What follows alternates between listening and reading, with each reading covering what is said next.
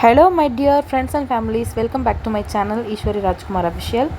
இந்த வீடியோவில் நம்ம என்ன பார்க்க போகிறோன்னா ஒரு டேவோட vlog தான் பார்க்க போகிறோம். அப்படி இந்த vlogல நம்ம என்ன தான் பார்க்க போகிறோன்னா வாங்க நான் டீட்டெயிலில் சொல்கிறேன்.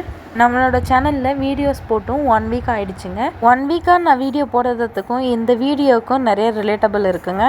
அதாவது போன வாரம் செவ்வாய்க்கிழமை 10/2/2026 அன்றைக்கி என்னோடய தாத்தா வந்து தவறிட்டார். கிட்டத்தட்ட என்னோடய தாத்தாவுக்கு வயசு வந்து 90க்கு மேலேங்க. என்னோடய தாத்தா வந்து நல்லாவே தான் இருந்தார். அவருக்கு எந்த ஒரு உடம்பு பிரச்சனையுமே கிடையாது. நாங்களும் இது நாள் வரையும் அப்படி தாங்க நினச்சிட்டு இருந்தோம். அவர் இறக்கிறதுக்கு இந்த ஒரு வாரத்துக்கு முன்னாடி வரைக்கும் அவர் நல்லா தாங்க இருந்தார். நல்லா வண்டி ஓட்டிட்டு நல்லா ஜாலியாக தாங்க சுற்றிட்டு இருந்தார். என்னோடய தாத்தாவுக்கு மொத்தம் 4 ஆண் பிள்ளைகளுங்க. பெண் பிள்ளைங்களெல்லாம் யாருமே கிடையாது. இந்த காலத்தில் பெண் பிள்ளைங்கள் இருக்கிறவங்க கூட வந்து அவங்களோட பொண்ணு வீட்டுக்கு போயிட்டு உட்காந்துட்டு இருக்கிறது இல்லைங்க. நான் என்னோடய தாத்தா அப்படி கிடையாது. இங்கே மருமக்கமாருங்கக்கிட்ட ஏதாச்சும் பிரச்சனைனா கூட இது நாள் வரையிலுமே வந்து அவங்க பாட்டி வீட்டுக்கும் அவங்க மாமியார் வீட்டுக்கும் போயிட்டு வந்துட்டுருப்பார். அவர் எங்கேயாச்சும் போகணும்னு நினச்சா என்னை இங்கே கூட்டிகிட்டு போ அங்கே கூட்டிகிட்டு போன்னு எந்த மகன்கிட்டையும் கேட்க மாட்டார், எந்த பேரப்பிள்ளைகிட்டையும் கேட்க மாட்டார், யார்கிட்டையும் கேட்க மாட்டார். அவருக்குன்னு ஒரு வண்டி எக்ஸல் வச்சுருப்பார், அதில் தான் போயிட்டுருப்பார். நான் இவ்வளோ கதை ஏன் உங்களுக்கு சொல்கிறேன் அப்படின்னா, இப்போ இருக்க காலகட்டத்தில் 30-40 வயசுக்கெல்லாம் சுகர் வந்துடுது, வேறு ஏதாச்சும் ஒரு பிரச்சனை வந்துடுதுங்க. அதுக்கு அடிக்ட் ஆகிடுறாங்க. சாவர வரைக்கும் அதுக்கான மருந்து மாத்திரையோடவே வாழ்க்கை ஓடிட்டுருக்குங்க. ஆனால் என்னோடய தாத்தாவுக்கு 90 அபோவ் ஆயிடுச்சிங்க ஏஜ். இவ்வளோ வயசுலாம் நம்ம இருப்போமான்னு சொல்லிட்டு ஒரு கேள்விக்குறி தாங்க. அவருக்கும் சம் ப்ராப்ளம்ஸ் எல்லாம் இருந்துச்சுங்க. ஓரளவுக்கு விவரமாக இருக்கிற வயசுலேயே வந்து அப்போவே எங்கள் தாத்தாவுக்கு ஹார்ட் அட்டாக் வந்தது. இதுலேயே அவர் ரொம்ப சீரியஸ் ஆகிட்டார். இதிலேருந்து அவர் மீண்டு வந்தே 15 வருஷத்துக்கு மேலே இருக்குங்க. அதுக்கப்புறமா இப்போது 2 வருஷத்துக்கு முன்னாடி வந்து அவருக்கு உப்பு அதிகமாக இருக்குன்னு சொல்லிட்டு ஹாஸ்பிட்டலெல்லாம் போயிட்டு வந்துட்டு இருந்தார். கால்லாம் வீங்கி இருந்தது. அதுக்கப்புறமா 2 வருஷமாக ரெகுலராக ஹாஸ்பிட்டல் போயிட்டு வந்துட்டு தான் இருந்தார். ஆனால் கால் வீக்கமெல்லாம் ஓரளவுக்கு கட்டுக்கோப்பில் தாங்க இருந்தது. இந்த மாதம் ஃபர்ஸ்ட்டில் வந்து அவங்க மாமியார் வீட்டுக்கு போயிருந்தார் என்னோடய தாத்தா. அவங்க மாமியார் வீடுனா அங்கே வந்து அவங்க தங்கச்சி வீடு, தங்கச்சியோட பசங்க வீடு எல்லாம் அங்கே இருக்குது. அங்கே மாற்றி மாற்றி ஏதாச்சும் ஒரு வீட்டில் இருப்பார். அங்கே வந்து ஒரு வீட்டில் இவங்களுக்கு ரொம்ப உப்பு லெவல் வந்து அதிகமாகிட்டுருக்கு. அதாவது இதுதான் வந்து லாஸ்ட் ஸ்டேஜ். இதுக்கப்புறமா வந்து ட்ரீட்மெண்ட்டே கிடையாது. இந்த லாஸ்ட் ஸ்டேஜில் வந்து அவருக்கு சிம்டம்ஸ் எப்படி காட்டியிருக்குன்னா லோ பிபி ஆகிருக்கு. லோ பிபி ஆகி வலிக்கு விழுந்துட்டுருக்காரு. அங்கேருந்து இன்னொரு பெரியப்பா வீடு வந்து கிட்ட தான் இருக்குது. அவங்க வீட்டுக்கு கூப்பிட்டு போயிருக்காங்க. அங்கேருந்து ஹாஸ்பிட்டல் போயிட்டு ஸ்கேன், பிளட் செக் இதெல்லாம் பண்ணி பார்க்கும்போது வந்து 2 கிட்னியுமே வந்து போயிடுச்சு. இதுக்கு மேலே டயாலிசிஸும் பண்ண முடியாது. பண்ணாலுமே வந்து அவங்க பாடி தாங்காது அப்படின்னு சொல்லியிருக்காங்க.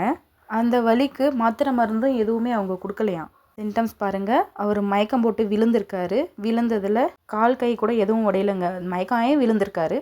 அப்புறம் ஒரு 2 நாள் கழித்து ஹாஸ்பிட்டல் போயிருக்காங்க. அங்கே போய் செக் பண்ணி பார்த்ததில் கிட்னி 2ம் ஃபெயிலியர்னு சொல்லியிருக்காங்க. அதான் ட்ரீட்மெண்ட் எதுவும் முடியாதுன்னு சொல்லிட்டாங்க இல்லையா.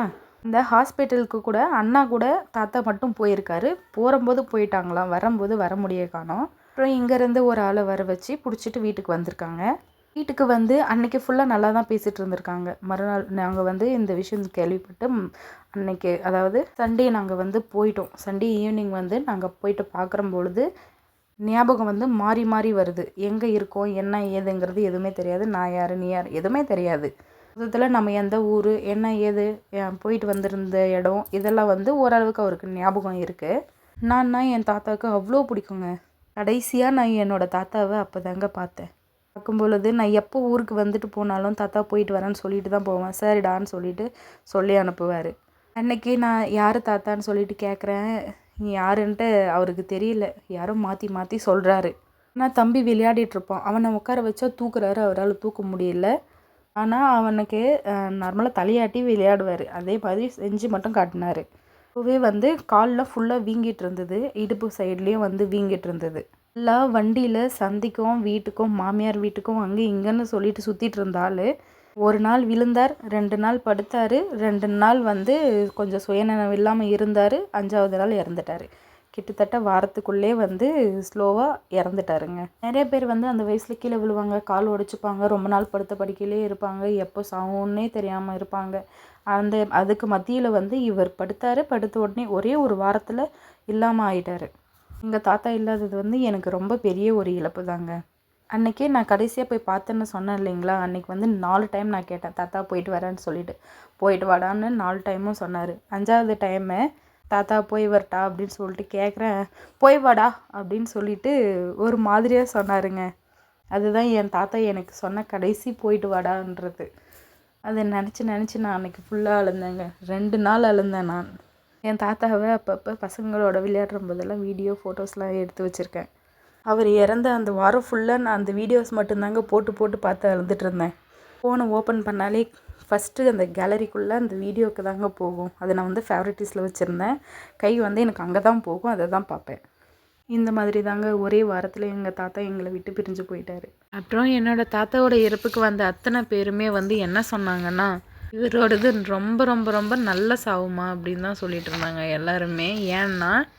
ஏன்னா அவரோட ஆன்மாவை ரொம்ப அலைய வைக்காத ஒரே ஒரு வாரம் தாங்க. விழுந்தார், படுத்தார், இறந்துட்டார். ஒரு வாரத்துக்குள்ளவே வந்து யாருக்கும் எந்த ஒரு தொந்தரவும் பண்ணாமல் இறந்துட்டாருங்க. அதனால் வந்து எல்லாருமே சொன்ன ஒரே வார்த்தை நல்ல சாவுமா அப்படி தான் சொல்லிட்டு போனாங்க. வயது மூப்பு ப்ளஸ் கிட்னி ஃபெயிலியர்னால தாங்க தாத்தா வந்து இறந்துட்டார்.